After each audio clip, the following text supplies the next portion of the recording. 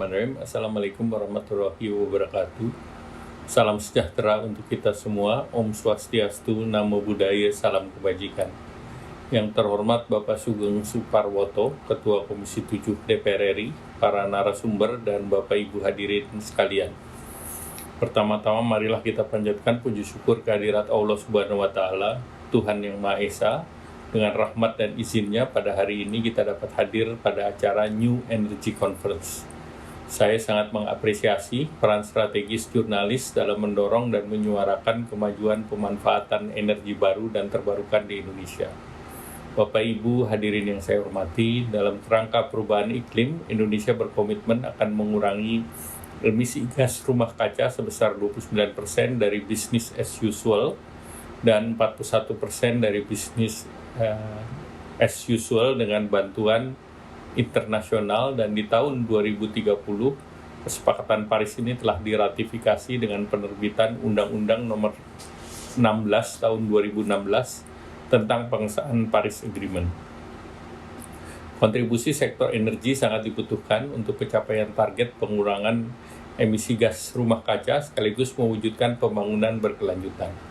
Pemanfaatan energi baru dan terbarukan serta konservasi energi akan berkontribusi signifikan terhadap penurunan emisi gas rumah kaca dan meningkatkan akses terhadap energi bersih dan terjangkau.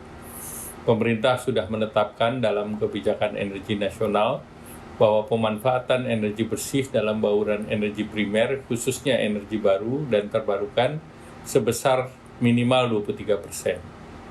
Sektor gas sebesar 22%, serta upaya konservasi energi mencapai 11% di tahun 2026. Bapak Ibu hadirin yang berbahagia, Indonesia mempunyai potensi sumber energi baru terbarukan yang beragam, mulai dari air, matahari, angin, panas bumi, bioenergi, dan arus laut. Namun pemanfaatannya belum optimal. Sampai akhir tahun 2020, total kapasitas listrik berbasis energi baru terbarukan sebesar 10,5 gigawatt dengan kapasitas terbesar dari tenaga air sebesar 6,1 gigawatt dan panas bumi sebesar 2,1 gigawatt. Dari segi bauran energi primer, realisasi bauran baru dan terbarukan baru mencapai 11,2%. Meskipun masih jauh dari 23%, namun capaian ini sudah meningkat 2,05% dibandingkan tahun 2019 yang lalu. Hadirin yang terhormat, saat ini energi baru dan terbarukan bukan lagi menjadi masalah lingkungan semata, tetapi sudah menyangkut masalah ekonomi.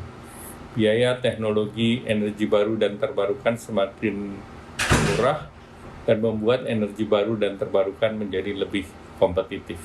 Di samping itu, semakin meningkatnya pasar-pasar global dan yang mensyaratkan carbon footprint, di mana hasil produk industri pengolahan akan dilihat sumber listriknya. Sumber energi listrik dari fosil menjadi tidak menjanjikan dibandingkan energi baru dan terbarukan. Hal ini tentunya akan berdampak pada ekspor hasil produk industri pengolahan kita. Untuk di sisi bioenergi, melalui program B30, Indonesia menjadi negara produksi biodiesel terbesar di dunia dengan kapasitas sebesar 137.000 barrel oil per day. Sedangkan Amerika setara dengan 112.000 barrel oil per day, dan Brasil 99.000 barrel oil per day, dan di atas juga Jerman yang hanya 62.200,25 ribu barrel oil per day. Kita lihat bahwa sumber-sumber dan akses pembiayaan global juga semakin sulit untuk energi fosil, dan mereka akan memprioritaskan untuk pengembangan energi baru dan terbarukan. Bapak Ibu yang saya banggakan, perjuangan dalam mengakselerasi pemanfaatan energi baru dan terbarukan untuk pembangunan ekonomi yang berkelanjutan. Pemerintah pusat dan daerah selalu membutuhkan kerjasama dan juga dukungan dari seluruh stakeholder.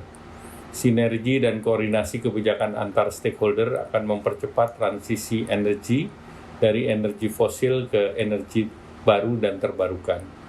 Akhir kata, saya mengucapkan selamat mengikuti konferensi, dan saya berharap acara ini dapat memberikan kontribusi pemikiran yang positif dan konstruktif bagi pembangunan energi baru dan terbarukan di Indonesia. Terima kasih. Wassalamualaikum warahmatullahi wabarakatuh.